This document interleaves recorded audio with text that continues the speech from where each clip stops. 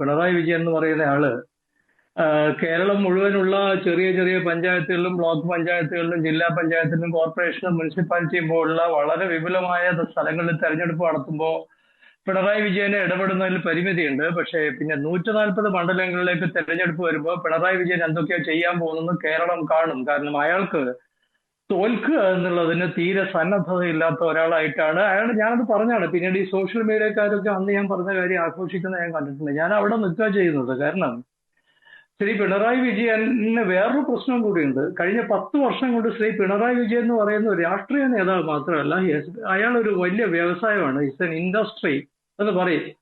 പിണറായി വിജയൻ ഒരു വലിയ വ്യവസായമാണ്. വ്യവസായം എന്ന് മാത്രമല്ല, വ്യവസായം എന്ന് പറഞ്ഞു കഴിഞ്ഞാൽ ഇറ്റ്സ് എ മണി സ്പിന്നിങ്.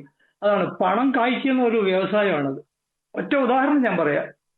ഇപ്പൊ കേരളത്തിലെ ദേശീയപാത വികസനത്തെ കുറിച്ച് കേരളത്തിലെ മാധ്യമങ്ങളൊക്കെ വളരെ വാചാലരായിക്കൊണ്ടിരിക്കുന്നുണ്ട്. ശരിയാണ്. പക്ഷേ ഇത് മുഴുവൻ കേരളത്തില് മുമ്പുണ്ടായിരുന്ന ദേശീയപാത എന്ന് പറയുന്ന ഏർപ്പാടിനെ മുഴുവൻ സ്വകാര്യവൽക്കരിച്ചിട്ട് ടോൾ പാതയാക്കി മാറ്റി തീർത്തിട്ടുള്ള, വരനർക്ക് ഓട്ടോറിക്ഷ പ്രവേശിക്കാത്ത, ഞാൻ ഈ ജോലി ചെയ്ത ഒരാളാണ്, അവിടെ ഒരിക്കലും ഓട്ടോറിക്ഷക്ക് പ്രവേശനമില്ലാത്ത, സൈക്കിളുകൾക്ക് പ്രവേശനമില്ലാത്ത, മാന്യന്മാർക്ക് മാത്രം പ്രവേശനമുള്ള എല്ലാ അടുത്തടുത്ത സ്ഥലങ്ങളിലും തന്നിഷ്ടം പോലെ ടോള് പിരിക്കാൻ പോകുന്ന ഒരു സംഗതിയാക്കിയിട്ട് കേരളത്തിലെ ദേശീയപാതയെ മുഴുവൻ മാറ്റിയിട്ടുണ്ട്.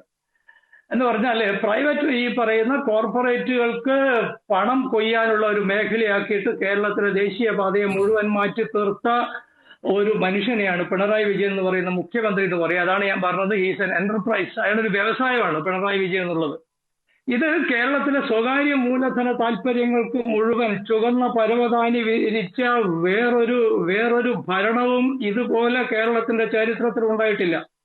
അതുകൊണ്ട് ഈ വ്യവസായത്തെ, പിണറായി വിജയൻ എന്ന് പറയുന്ന വ്യവസായത്തെ, അയാൾ സിഇഒ ആയിരിക്കുന്ന CPM എന്ന് പറയുന്ന പാർട്ടിയെയും അതിലെ കുടികടപ്പുകാരായ CPI തുടങ്ങിയിട്ടുള്ള അതിലെ മറ്റു പാർട്ടികൾക്ക് എന്താ വ്യക്തിത്വം എന്ന് എനിക്ക് ഇനിയും മനസ്സിലായിട്ടില്ല.